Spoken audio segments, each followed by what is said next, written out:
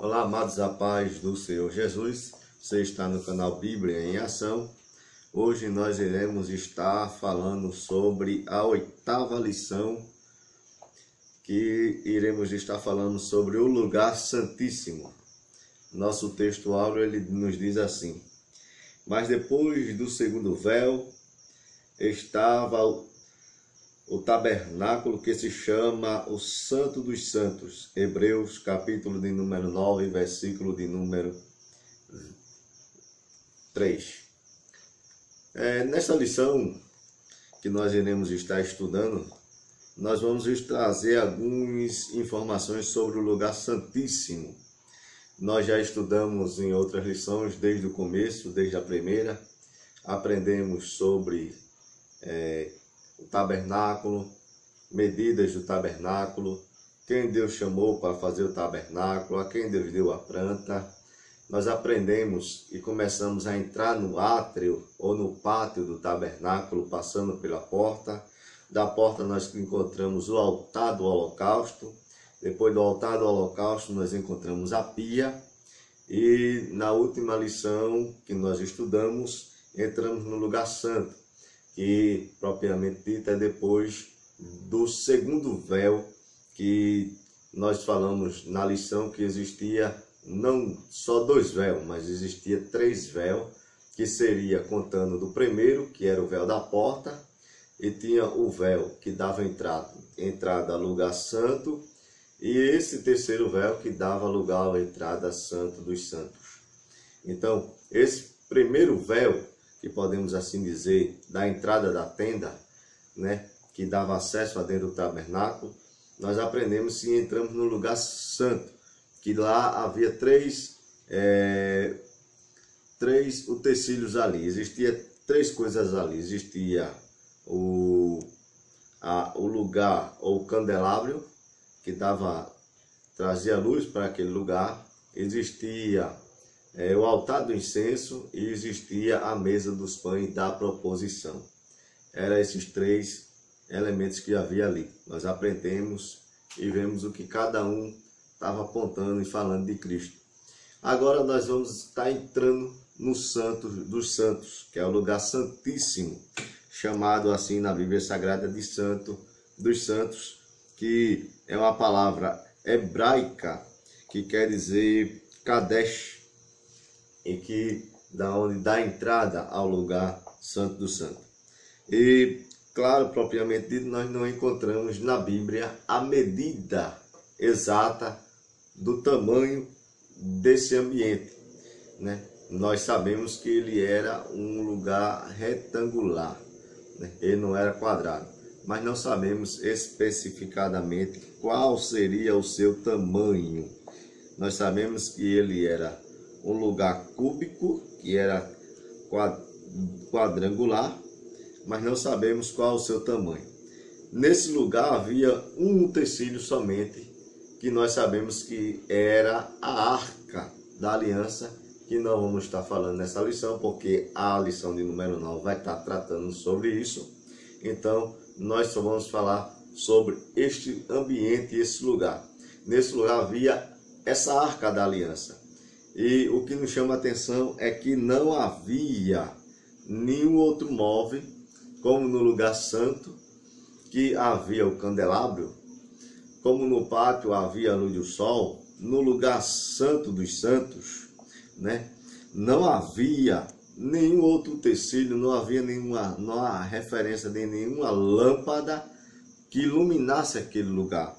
Nós vemos no livro de 1 Reis, no capítulo número 8, versículo de número 12, a expressão da onde fala que, quando está falando do templo de Salomão, que era uma réplica do tabernáculo dessa tenda, nós vemos que quando ele vai falar do lugar santo dos santos, ele vai falar que Deus habitava naquele lugar. Ele diz que aquele lugar era um lugar escuro, e ele diz que Deus ele habita na escuridão.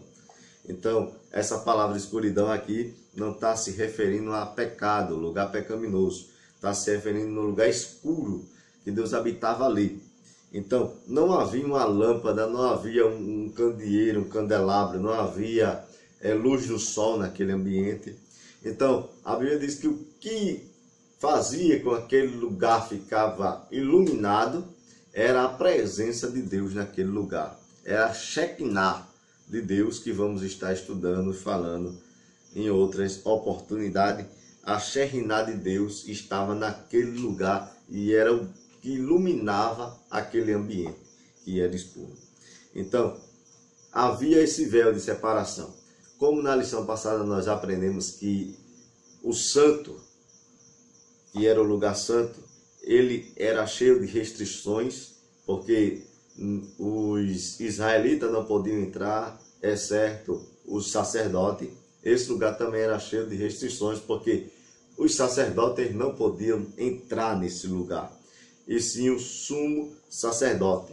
E ele só entrava nesse lugar uma vez no ano, conforme nós vemos na palavra de Deus. Uma vez no ano, que era no dia de Oquipuk, chamado assim.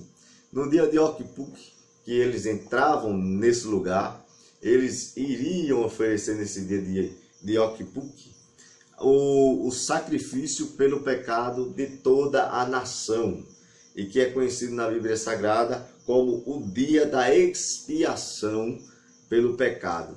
Então, há podemos dizer assim, uma fábula, há um ensinamento aí, há um pensamento que diz que porque a Bíblia diz que se ele entrasse naquele lugar em pecado, ele seria morto. Então, há um pensamento que surgiu no meio do povo cristão, que quando o sacerdote ele entrava, ou no dia de Oquipuk, quando ele ia entrar nesse Santo dos Santos, ele entrava com uma corda amarrada à sua cintura. Outros dizem que ele entrava com fio de ouro amarrado no seu pé, um tipo de corrente. Porque se ele morresse, como era um lugar cheio de restrições, ninguém podia entrar para tirar o corpo do sumo sacerdote. Isso, claro, nós não encontramos fundamento e base na Bíblia Sagrada para falar disso. A Bíblia Sagrada não menciona essa corda, não menciona esse fio de ouro, não menciona a corrente amarrada no pé do sacerdote, e também não menciona um sumo sacerdote que tenha morrido entrando nesse lugar santo. E podemos assim dizer que seria impossível um sacerdote ele morrer nesse lugar. Primeiro, nós aprendemos na lição da pia, né, que quando ali naquele ato lavatório, nenhum sacerdote ou sumo sacerdote poderia entrar na tenda, no lugar santo, que seria antes do lugar santíssimo, que viria depois. Eles não poderiam entrar ali sem antes se lavarem, sem antes passar pela pia. Se eles se esquecessem de se lavarem, a Bíblia diz que eles seriam imediatamente mortos ali já no lugar santo. Então, não daria tempo dele chegar no lugar santíssimo.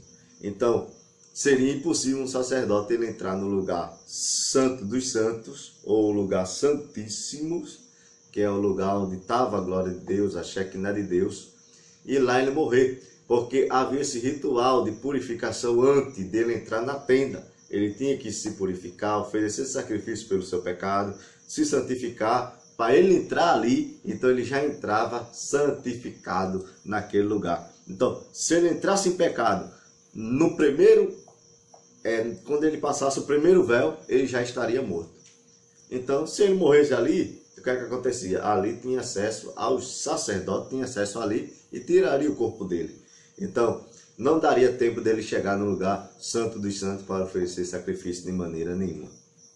Então, nossa lição vai estar basicamente restringida sobre isso. Vamos estar falando, mais uma vez, um pouco sobre o véu, as cores que havia no véu, que nós já aprendemos, que é a cor que ele era feito de linho fino. Esse linho fino nós vemos que estava ligado a Jesus, e está falando sobre as cores do véu, que havia azul, havia carmesim, havia uma cor vermelha, e tinha os querubins que foram bordados naquele véu. Mas o que nos chama a atenção também, para nós meditar um pouco e falar aqui, é que nós vemos que ao passar esse véu, chegar no lugar santo dos santos, que esse véu, a palavra véu, é uma língua hebraica, que é um vocábulo, véu, que é paroque, que advém de uma raiz que significa separar, é o que fazia a separação do primeiro local, que era o lugar santo, do segundo local, que era o santo dos santos. Então, essa palavra paroque quer dizer separar, quer dizer véu. Então, separava, fazia essa separação. Então, podemos ver que esse véu estava tipificando ou também simbolizava a separação, né? A separação do primeiro lugar, que era o lugar santo, para o segundo lugar. O propósito desse segundo véu que nós estamos estudando e falando aqui, ele separava o lugar santo do lugar santíssimo. Era o primeiro propósito desse véu.